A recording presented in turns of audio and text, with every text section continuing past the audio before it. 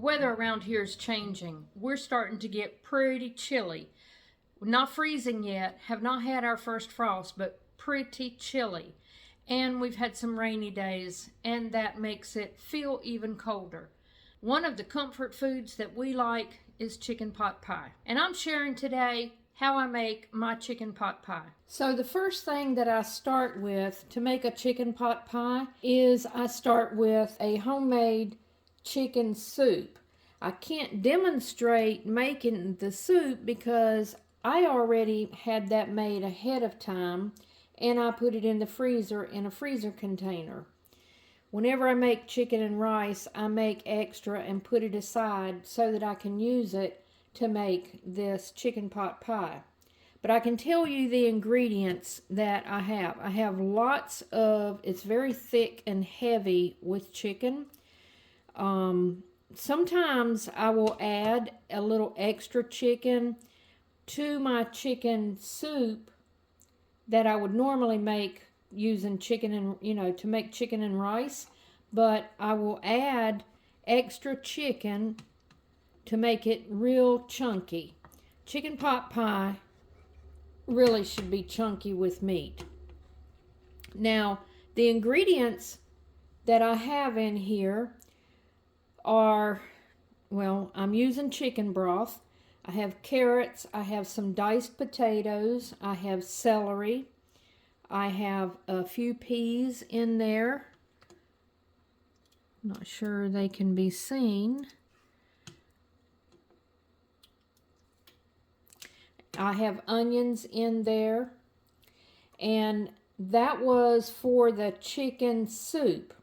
Now to thicken it, today I added a half a can of cream of chicken. Just a half can or so. It's a personal choice how much cream of chicken to add. I found it to be thick enough just by using a half a can. Oh, and there's also butter in here when I made the chicken soup.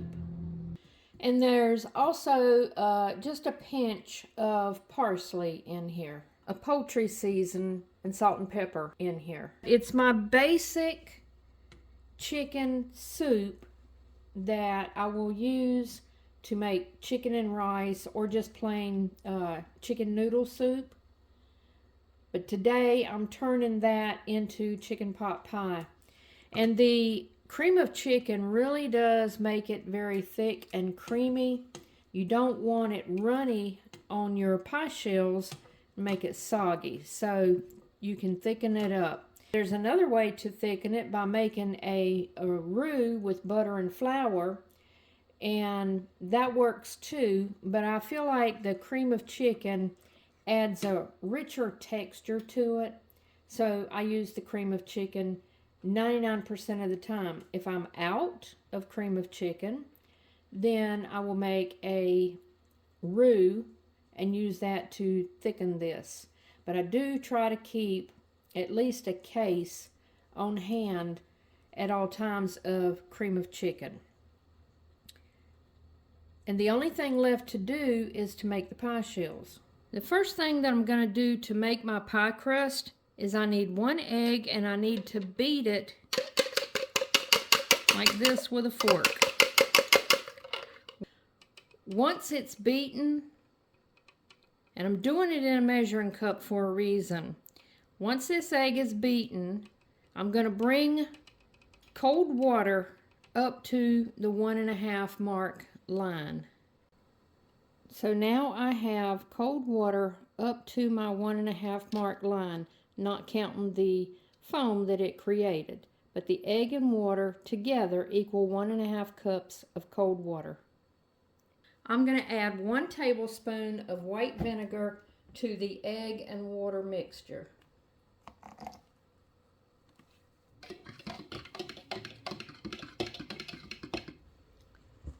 I have 2.5 cups of sifted flour and 1/2 teaspoon of salt. 1 cup of Crisco shortening, along with 1 tablespoon of butter chopped up. I just put it on top. And you chop it up real small chunks because we're going to have to work that into the flour. You hard press the shortening just like you would brown sugar. Make it packed. I have preheated my oven to 375 and I have greased a deep dish pie dish. Now what I'm going to do is take the flour mixture and the Crisco shortening and butter, and I'm going to use this large cooking fork, and I'm going to press all of this into the flour until it is all pea-sized in shape.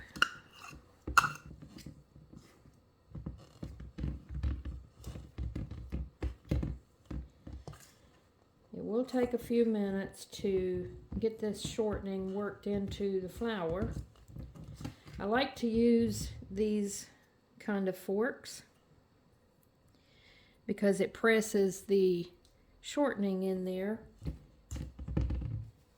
It makes it a little easier. A lot of people will use their hands. I just use the fork.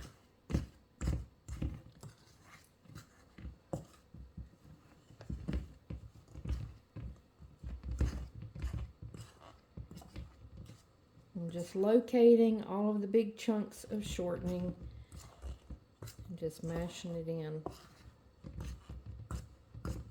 Not my favorite part of the job, but it has to be done.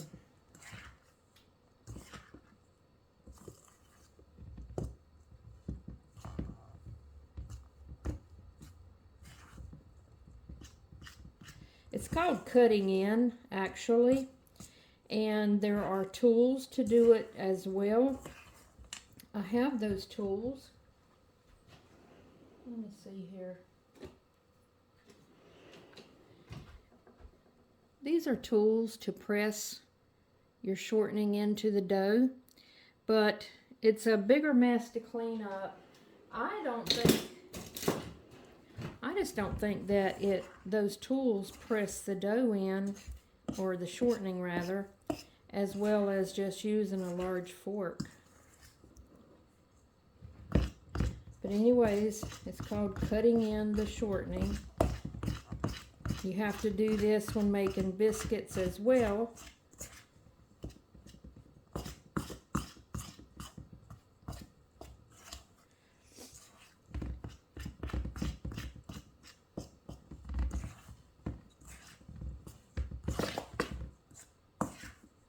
I'm just looking for any large chunks that I don't have broken down.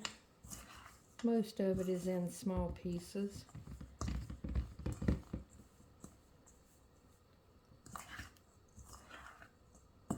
It will become crumbly, and that is normal.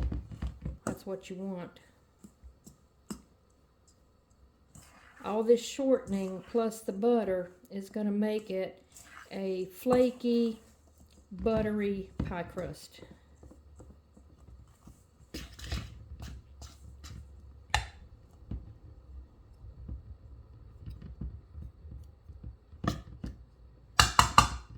That should do that. I'm going to flour my surface now.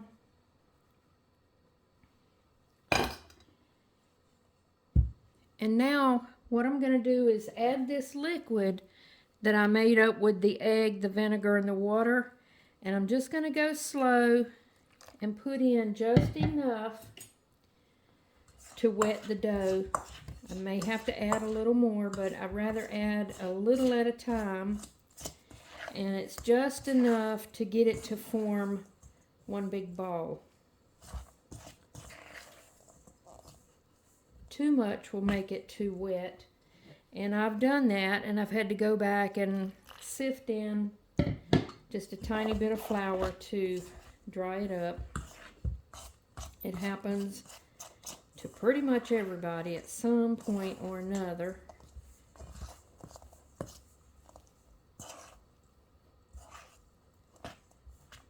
still a little dry.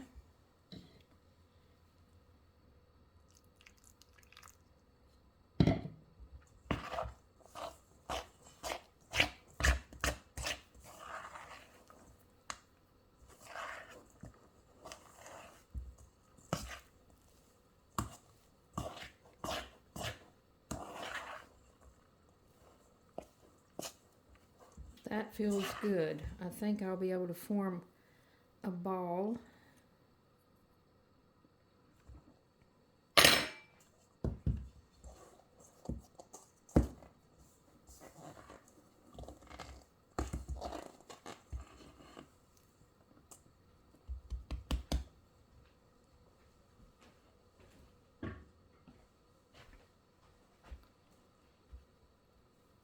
I'm going to knead this just a little.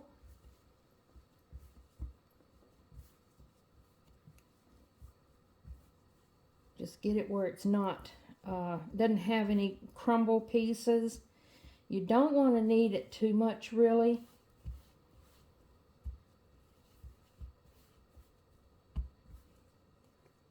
And you do want your surface really, really powdered.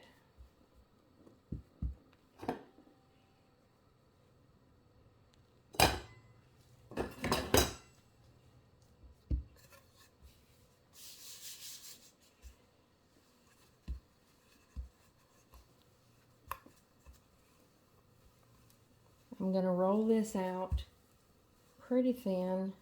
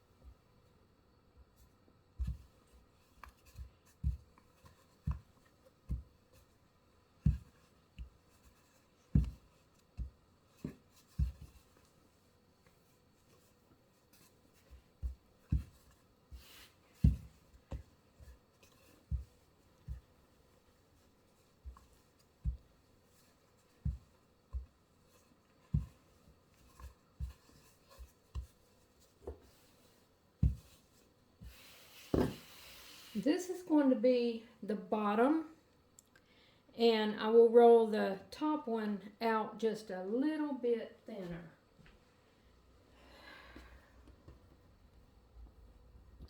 I hope it doesn't stick to the counter.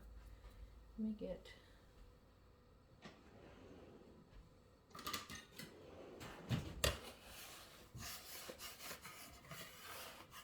Sometimes it does. You just have to find ways around it and find ways to work with it. I'm going to roll it up a little to get it off the counter and onto my pie plate. There we go.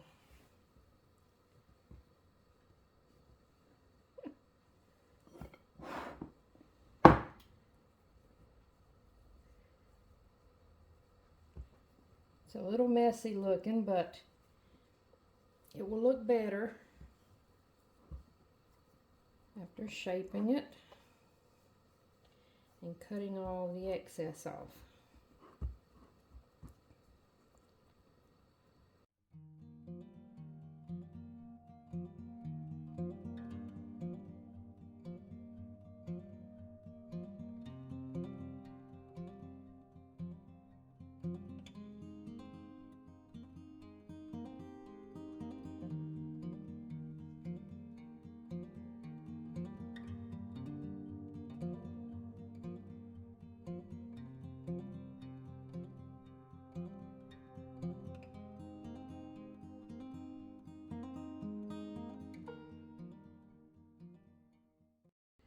Okay, this is going to go in the oven for just a couple of minutes to brown. That way when we put the ingredients in it, it won't make it all soggy in the bottom. So I'm going to pre-cook this, not completely, but just get it brown, and then I will put the chicken soup in it. There was additional leftover pie crust that I cut off the edges and just fell to the counter. So I balled that up and I rolled it back out to get the top to my pot pie. And I've just got it rolled up, sitting here loosely on a floured counter. Once my pie crust has browned a little in the oven, then I will put this on top after adding my chicken ingredients. You'll notice leftover. In fact, I barely even used a half a cup of this mixture. That's the way it is. This mixture is intended to be used for additional pie crust, or you can make up extra pie shells right now using this, or discard it. I don't have a measurement for much smaller. This is what I learned years ago. This recipe I have probably been using for 20 years, and I don't have a breakdown to make less, because what is important is the mixture of the vinegar, the water, and the egg. So you can either discard the rest, it does seem like a waste, or you can use it to make more pie crust for future use. This pie crust has toasted well enough. Now I'm going to fill it with my chicken pot pie ingredients. Oh, it smells so good. It smells so good.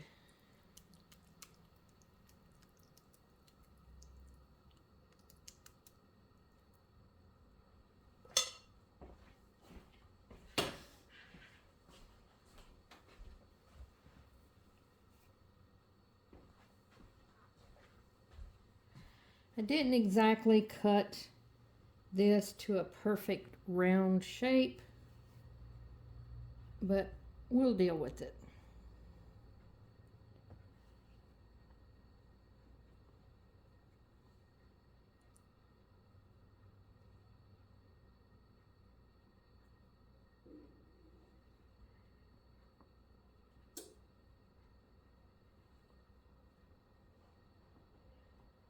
A little bit of imperfection right there, but we'll deal with that too. Now I'm just going to take some scissors and trim this up.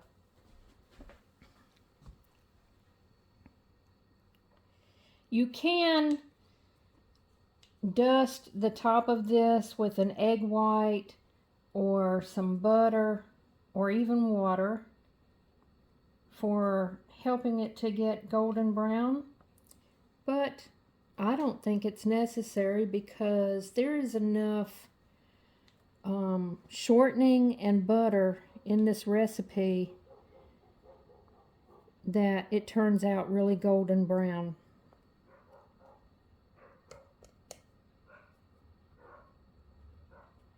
My dogs always bark when I'm doing a video.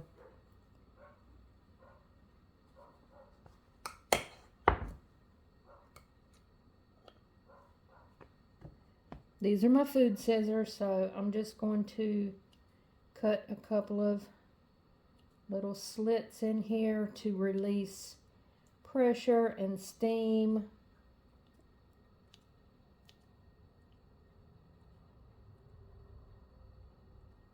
And it's ready to go in the oven. And the time in the oven is just when this is all golden brown and bubbling over how you like it. And that's it.